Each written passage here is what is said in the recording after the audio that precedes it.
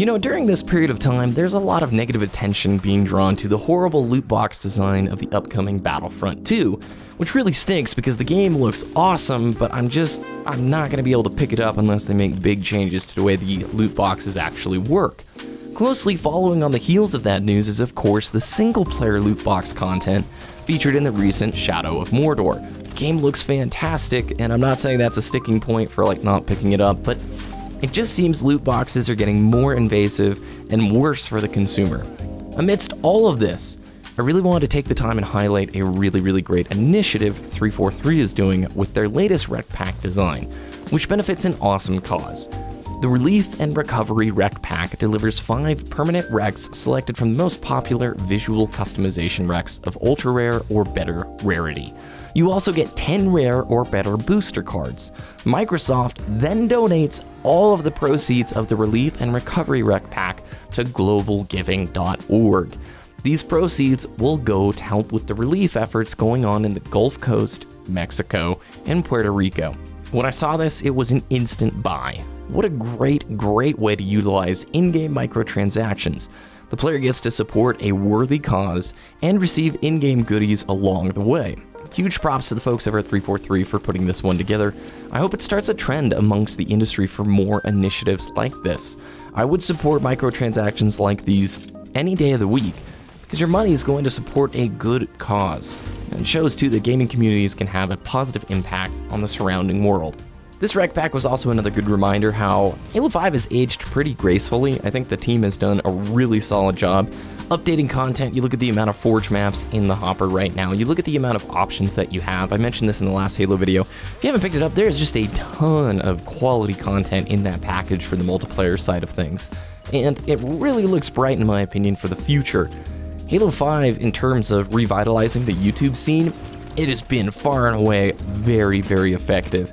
When I started making YouTube videos, it was back in 2011 and 2012, right at the tail end of Halo Reach's period of time on YouTube. It had one really big year in 2012. Halo Zone was a thing, a lot of the Halo videos were still popping off, and then it really declined coming into Halo 4. In Halo 4, it really, the viewership on YouTube and Twitch dropped to a very low, historic low compared to the Halo 3 era. Very low amount. And I think that's partly because the tournament scene sort of fell off the radar. You no longer had MLG supporting it. HCS was not a thing back then. So you really only had a couple of third-party tournament organizers keeping things going along. Halo 5 releases, we've had steady updates throughout its life cycle. They've made consistent, good communication points with the community.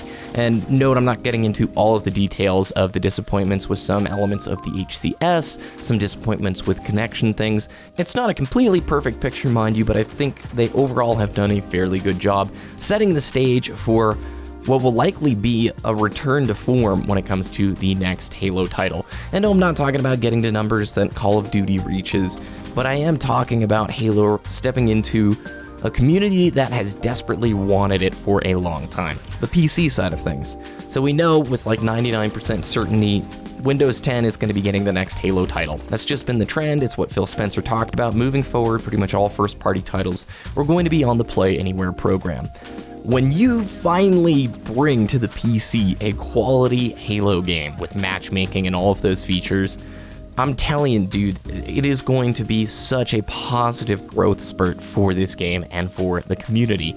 One of the big reasons I don't play Halo 5 more is just because Halo 5 Forge, while it's fun and I'm appreciative that they brought it to the PC, doesn't have matchmaking, and it's kind of a pain just waiting for the particular custom game you want or making that custom game and having to wait for it to fill up.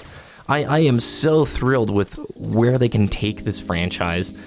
You know, we hit the pits in MCC, hit the low marker. I think Halo 5 has done a ton of positive work, rebuilding so much of things, and you've seen that growth. I was just last night watching some scrims. Halo 5, I think it was Lunchbox streaming, and the viewer counts, well, it's not super crazy up there. It's a heck of a lot more than what it was, and it's moving in the right direction. If they can continue listening to critique and criticism and acting positively off of that, I think you can see real strides forward in the HCS, which help growth. And then again, whatever press we're going to see for Halo in 2018, because I think that is the timeline that we're looking at. I think the next Halo title, you're looking at an announcement come E3 this next spring, and then hopefully a fall or November release.